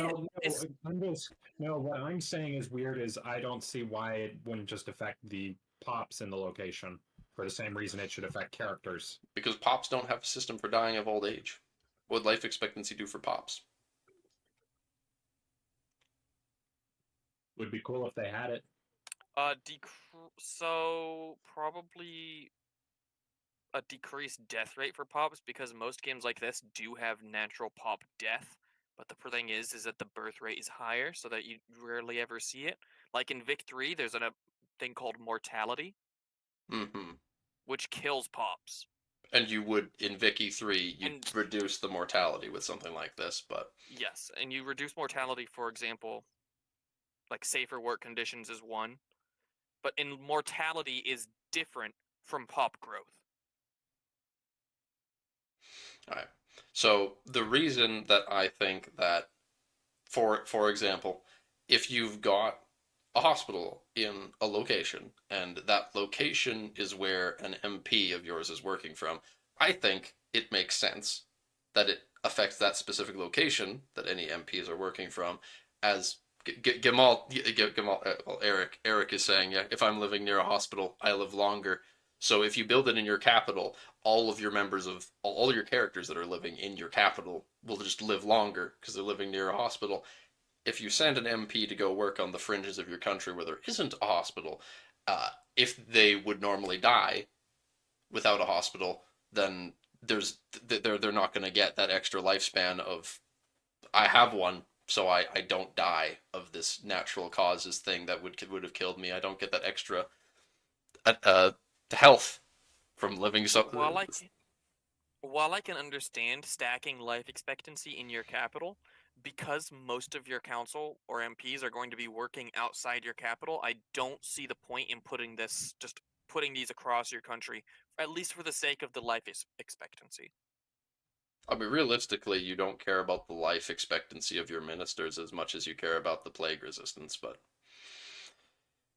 maybe you've got a really good minister.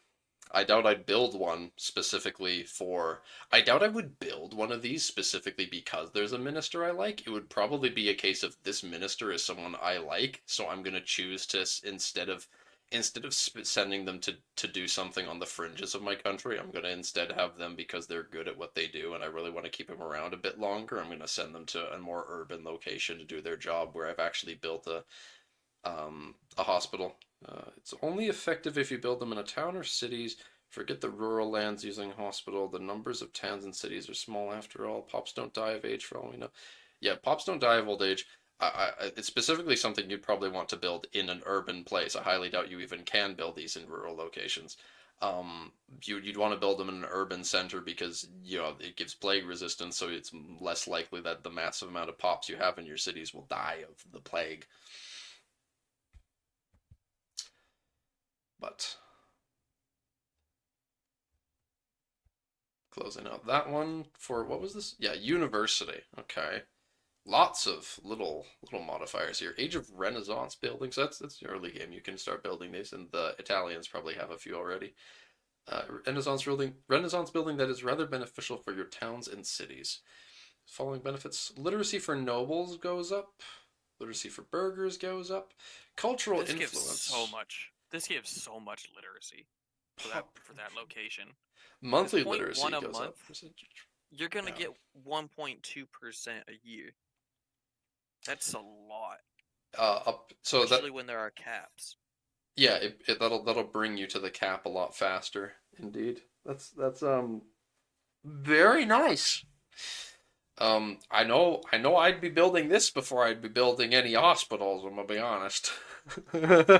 Sorry. Well, don't forget, You might want to build those hospitals first, considering what happens 10 to 15 years after game start. You know what? The funny thing is, I bet that we have the tech for hospitals at the game start, but don't have the tech for universities unless you're in Italy. So, I mean, Italy is the only where you actually have the choice. Well, we already know where my first game is. Yeah, you're playing Milan. Yeah. You're playing the Blackfoot. Oh, wait.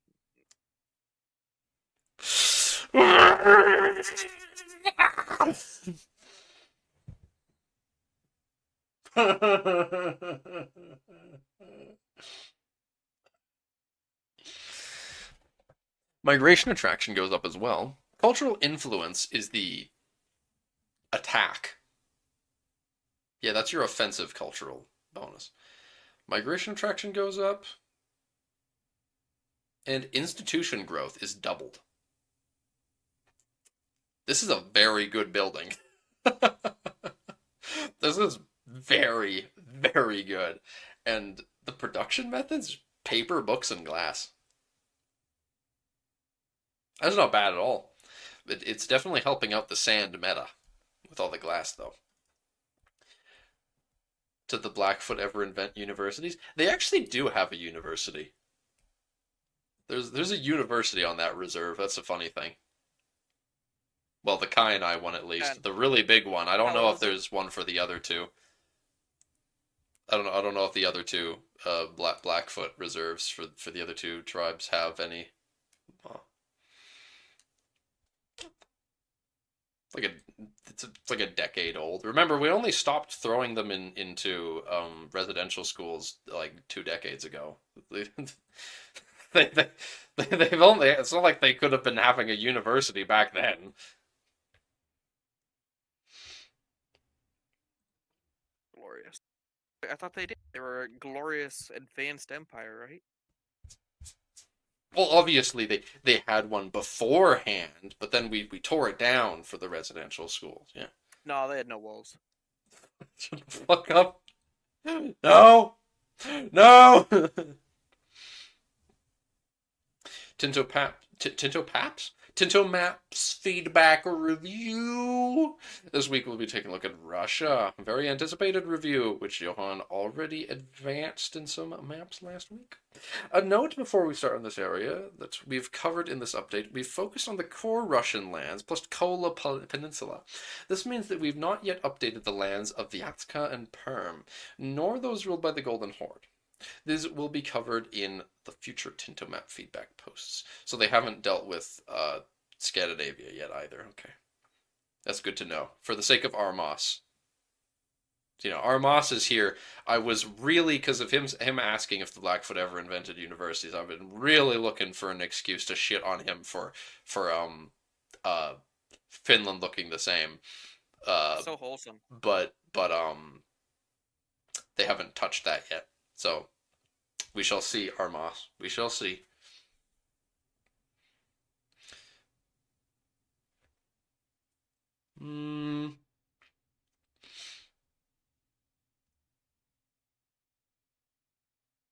Whoo! Take a look at the list of changes at the start of the maps. 153 locations and 55 lakes. And 6 wastelands. Wow. Glorious. Whew. I'm closing this, but gee. I'm starting to see why Drac, I'm starting to see why you were looking at the map I was drawing and saying that I have not added that many lakes. Some places have a lot of fucking lakes in real life. Land of lakes. Like Manitoba. The worst province.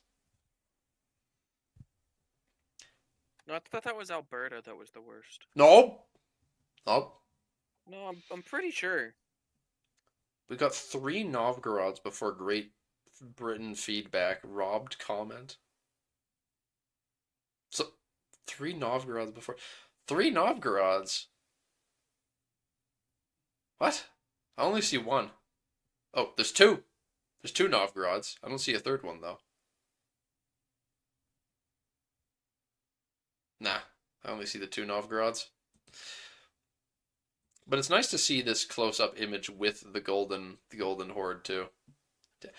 I just kind of comprehended how much they have like destroyed this area even more. Holy shit.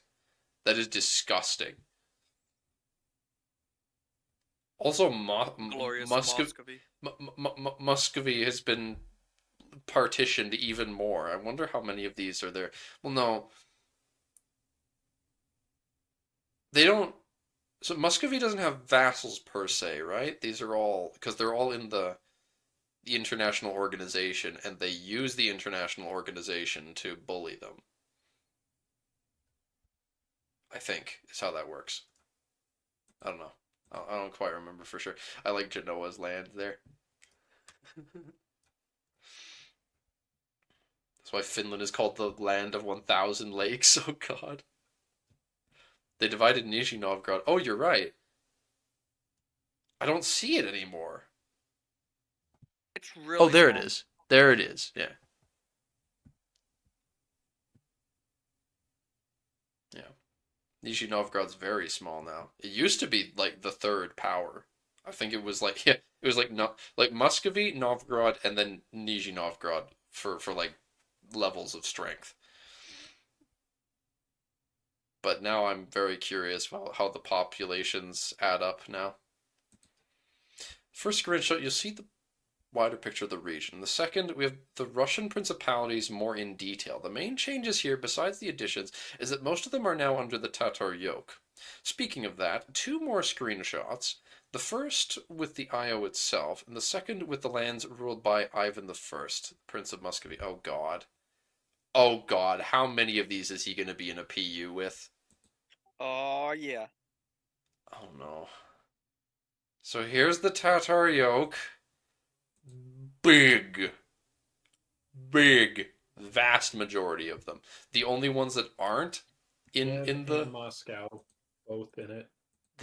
the only ones that aren't, yeah, I'm pretty sure Muscovy is the one in charge of them as well. I'm pretty sure the Muscovy is the one that's in charge of the other principalities. They're the tax collector. But yeah, the only ones that aren't in this are either subjects of Lithuania or Novgorod. And Vyatka, who knows what the heck Vyatka's situation is.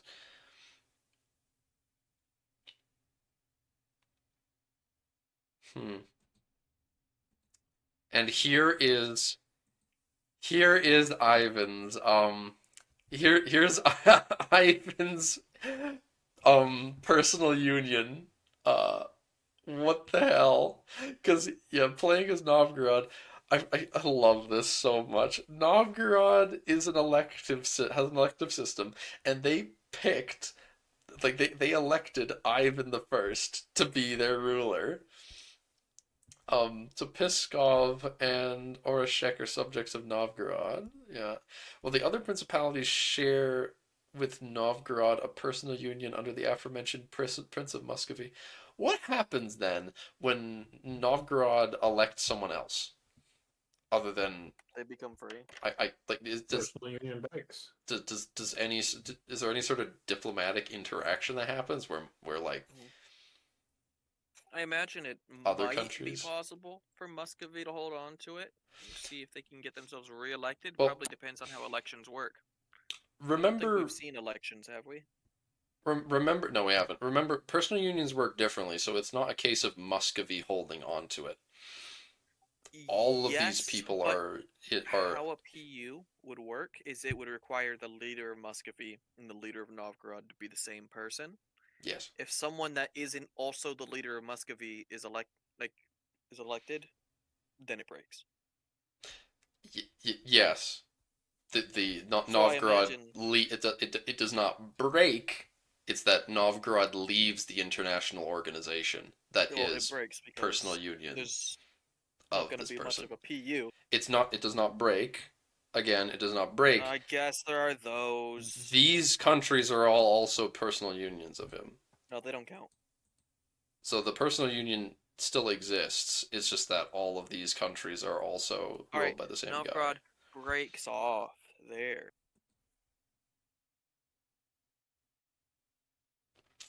Prince of Muscovy. Rurikovich. So at least for the moment, you've got the Rurikovich family ruling absolute ass ton of land. That's just Russia for you, man. Funnily enough, you even have like you've got wait, the ruler, the Polish family is also the count of that country that's a subject of Novgorod. These families are everywhere, man. Feudalism maxing. The map of Russia is much clearer when you just take a look into account the ruling dynasty. You say that, Johann, but keep in mind, in like 5 years, the ruler of Novgorod's probably going to change. So, but okay. Societies of pops have changed a lot, actually. This is way that the Karelians are much more disgusting now. Biarmians exist now. There were no Biarmian people before. And the glorious Kevin. I love Kevin people. The Kevin people are my favorites.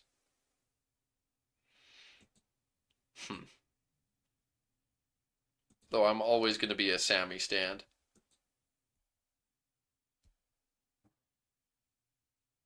Locations.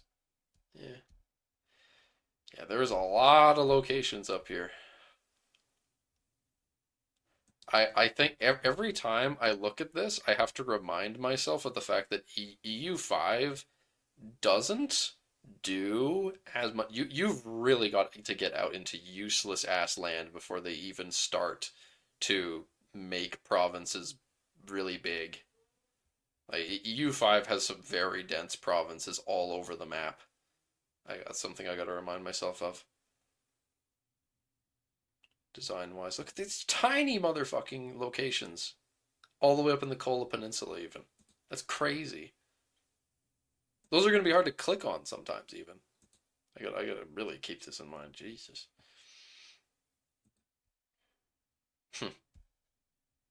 Provinces: North Kola, South Kola.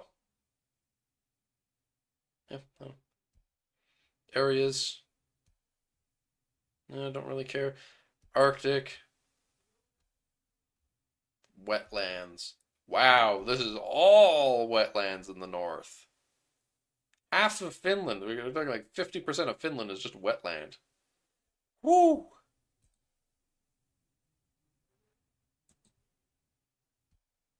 Fair enough. Sparse up at the top as well. Yeah. And there's these farmlands still as well. It's still, I've still got gripes with the way farmland works in these games, man. The location of your home city in Finland is on the map. Well, of course it's going to be on the map, even if it's not been actually developed yet. Russia is cold, flat, and forested. Fair enough. Why would it surprise you that it's not that it's on the map? That I'm just gonna call it like, oh, it's those woods over there, or swamp rather. The woods. Development map. I love looking at, at Armos. I just love looking at the development map of Finland. Actually, there's some development in those. There's actually some development in the societies of Pops lands up here to a very tiny degree. Huh. They can build walls.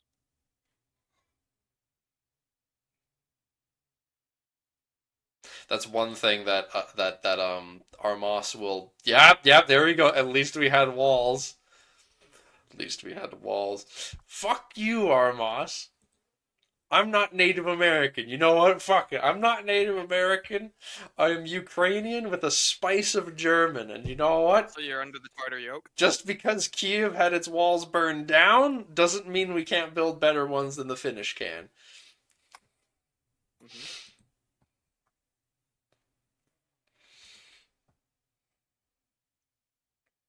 Alright, here's the cultures. They're not showing the Ruthenians.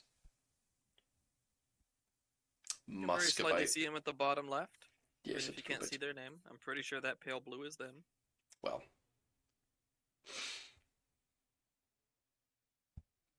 Just a Volga German. True.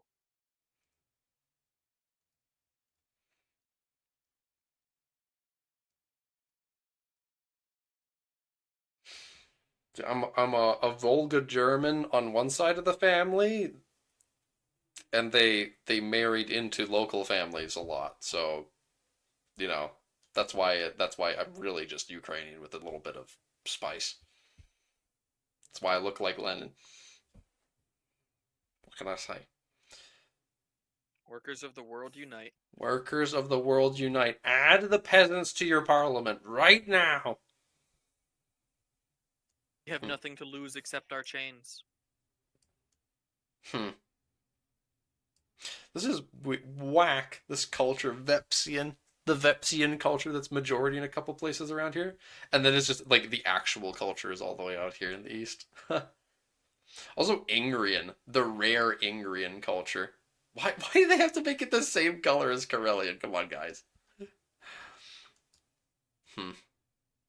I do like being able to look at this and see how like interconnected some of these are. It's not quite so clean as it used to be.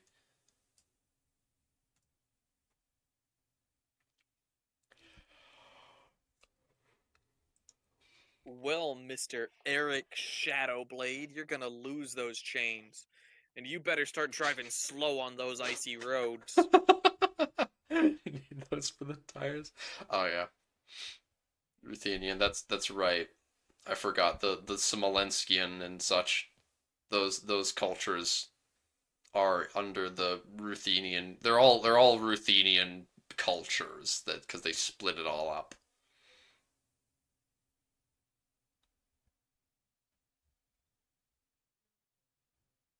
They got rid of. I didn't they used to have Belarusian? I'm pretty sure they had Belarusian as a culture before they swapped it out for Polotskin, which makes a lot more sense. No, they have language. What? They have a dialect. There's the fucking Ukrainian and Belarusian dialects, man. What the fuck? What? Oh my god, that's great. Ukrainian and Belarusian dialects. Yeah, I can't complain too much about it, really. Okay, but what is that? What is that culture in the middle of the Lithuanians that I didn't see? Oh, it's just they're showing a bigger view of it this time, so I couldn't actually see Lithuanian before. I have to wait for Baltic feedback to get a better look at that. Or maybe they already showed us. I don't remember.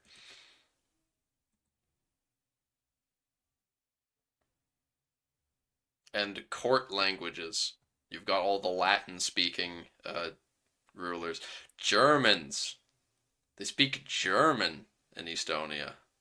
The actual Estonian rulers don't speak Latin. That is heretical.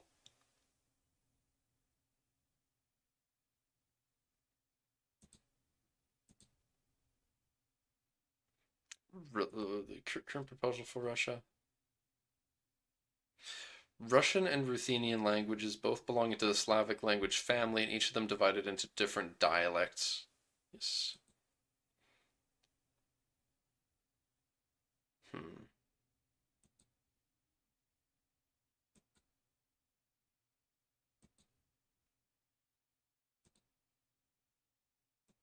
These are the religions. Muwinizusko. They can never make up their mind on how to pronounce. Like how do they want to write this the fucking deer? They can never make up their mind on how they want to spell the moose. The yes that religion. They keep changing its name. That's what I'm saying. I'm gonna head out for the night, guys. Catch you later. Boy. That's Sunni? I have the opinion that moose religion needs many different names. That's a Sunni province? That place with a different language is Sunni? Mm-hmm. There's Muslims in Lithuania? Huh? there's no way that there's actually. It's got to be a bug Are or a you placeholder or ready? something. There's no way. You heard about Catholic Lithuania, and you heard some daring people say Orthodox Lithuania. There's no Are you way. ready for Sunni Lithuania? There's no way that that's what it translates to. It's ancient faith because I know, I know our Moss. I talked with you and Drac, I think, about like how these different names, like what they actually mean, and how some of them have like yeah. I remember someone had said how the old, if there are Jews, why not Muslims? Because that's what the Jews. What do you mean? Why not Muslims? Because Muslims don't just exist in like Paris. Muslims don't do that. The Jews do. Well, It's really fucking wasn't- weird to me that there's a Jeffrey- county that's majority Muslim just in the middle of Lithuania for no apparent reason. if the Muslims aren't in Paris, who was in Paris? No, we don't got to talk about that. They some things are best left unknown. Oh, Some truths better left unsaid. But yeah, so this one literally means this means I don't have enough ancient Turkish faith. traders to convert the location. Yeah, that's just how few. I mean, Dark. What if there's just like 15 people in that location? It's just there's no pops, so it's just like just a bunch of Turkish traders set up shop, and the culture just changes to be majority Turk. But I can't believe that it actually just translates into ancient faith. God damn, that's like that's a sort of name you'd have in Realms in Exile for a religion. Be like, all right, let's conlang like Welsh and Finnish to make ancient faith. We're very clever. Sumanusko means Finnish faith and beliefs. Ukanusko means old man's faith and beliefs, and Muianusko means ancient faith. Yeah, you're right, Gimalt. It must mean that must mean that Armos's people during the Finno-Korean Hyperwar were following Muianusko. That's why, yeah. Do you agree, Armos? Because that's why it's the ancient religion. It's that they're reviving the ancient beliefs of the Finno-Korean Khanate. The Finnish no. The Finnish Holy Roman Finnic Cognate or something. Yeah, I don't remember exactly how they said it. The Finnish. I don't remember. It had a great name. The Finnish Holy Roman Cognate, but there's more to it. Oh, one of those the Proto-Finnic Holy Roman Cognate. The Proto-Finnic Holy Roman Cognate. Yes, you're right. Yes. That's definitely what it was. I remember now. Yeah. Thank you. Maybe there was one of those migratory cultures like the Roma. Really? You think there's majority pop of Roma Sunni up in the yes, that's why it's called removing.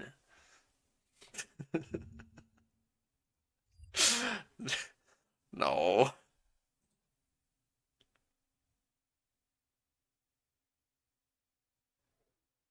Suggest you make an exercise and find the difference between the original Tinto maps. How about no, Johan? How about no? You be quiet. Shush.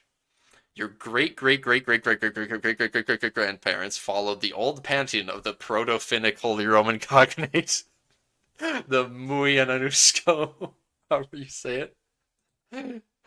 Not many differences. Bigger picture wouldn't hurt. Taking a look at another endonym possible with the new flavor system, Moskva. The Moskva trade. Yes. I do love how vertical so many of these are. Gosh, Riga Because really up does north, have a there's nothing of stranglehold. value.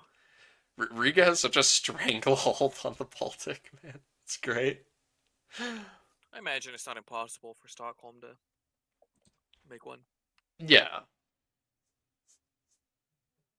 They don't have the strongest control. I say stranglehold as in no one else has influence there, but they definitely could make their own. They said as much in the first trade diary. That's all that's be going on today. be reading the feedback and replying to questions as usual. The next Tinto Maps will be on the 13th on Central America, and we'll be able to have one more Tinto Maps feedback post before Christmas break. The one devoted to the Levant and Egypt. Excellent, excellent indeed. Well, the last thing I'll do before we close this out, other than stretching, is I will give us a gander at the list of threads and see at the off chance there's anything worth looking at, which I doubt. The map graphic is simple and unattractive. Okay.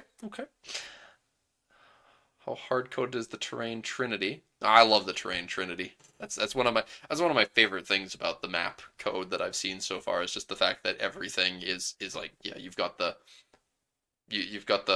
climate, you've got the topography, and you've got the vegetation. Good shit. Egypt feedback before Great Britain. What's wrong with Britain feedback waiting, man? Come on. Listen, they're waiting to see if people bully them into adding Durham or not. I actually would love that, man. Give me the one theocracy in Britain. And let me try to revolt from Britain somehow. I conquered Britain as the most powerful theocracy? Just don't tell them it's the only theocracy in Britain. Well, you didn't say the most powerful theocracy in Britain. You just said the most powerful theocracy. Well, they'll just know, like, that, you know, you gotta get those clicks, right? Because, you know, I'm famous for my clickbait thumbnails like that. Quick check on slave trade. Alright.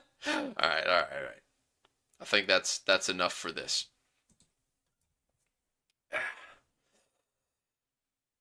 Isle of Man Empire. That's right. I created the Imperium of Man as the most powerful man in EU5.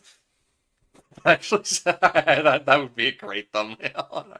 Actually, that's the sort of thing I would actually break out all of the all the just where's my camera? How do I situate myself? And just yeah. Just pick out all the pog poses. Whoa! Your ancestors fought is the Ursine cavalry. Oh, I'm so proud of you. I'm so privileged to be speaking to a descendant of the Ursine cavalry of the Proto-Finical Roman Cognates army during the sack of Ganzhou. Did you fight? Yes, you fought at the Great Geese in Autism Array. I'm so sorry you couldn't stop it in time. I'm so sorry. I'm so sorry to hear that. Your parents must have died in battle. Your parents, your great ancestors must have died glorious deaths at the keys and Array. Genuinely, Joffrey, it is so hard for me not to want to play like Finland in the next mega campaign. Yeah, you gotta and have you play Korea. Dark. I was talking about playing in China the next time. I'll do it. I'll play as Ganzhou. I'll play as the Great Han Empire. I'll do it. So off. The Great Han Empire shall rise, man. Plus 50%, minus 50% tech costs. And you get plus 1,000 cavalry combat ability and flanking ability. Of course.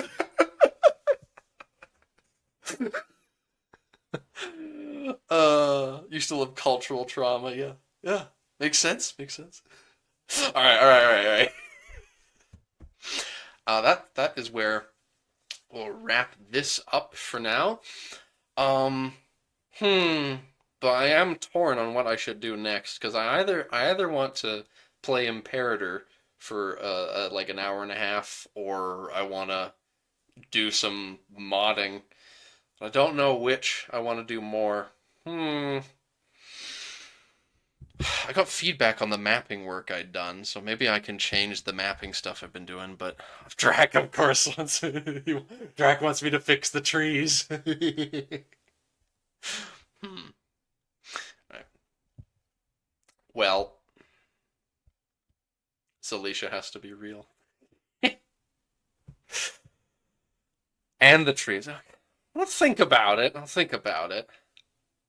But Gemalt was sad I wasn't streaming Imperator today. I gotta build up the first Legion. Gemalt can't get off unless I build the Legion and Imperator. That's how that works, man. And I need to sack Rome. Don't forget that too. Okay. Well, in any case, I'll end the stream here. Maybe I'll discuss in VC with some people while I debate on what to do next. Light infantry and chariot legion. No. All right, but enough rambling and dragging this out. For now, I thank you all for watching, and I hope to see you next time when we talk about Central America. Yes. Bye.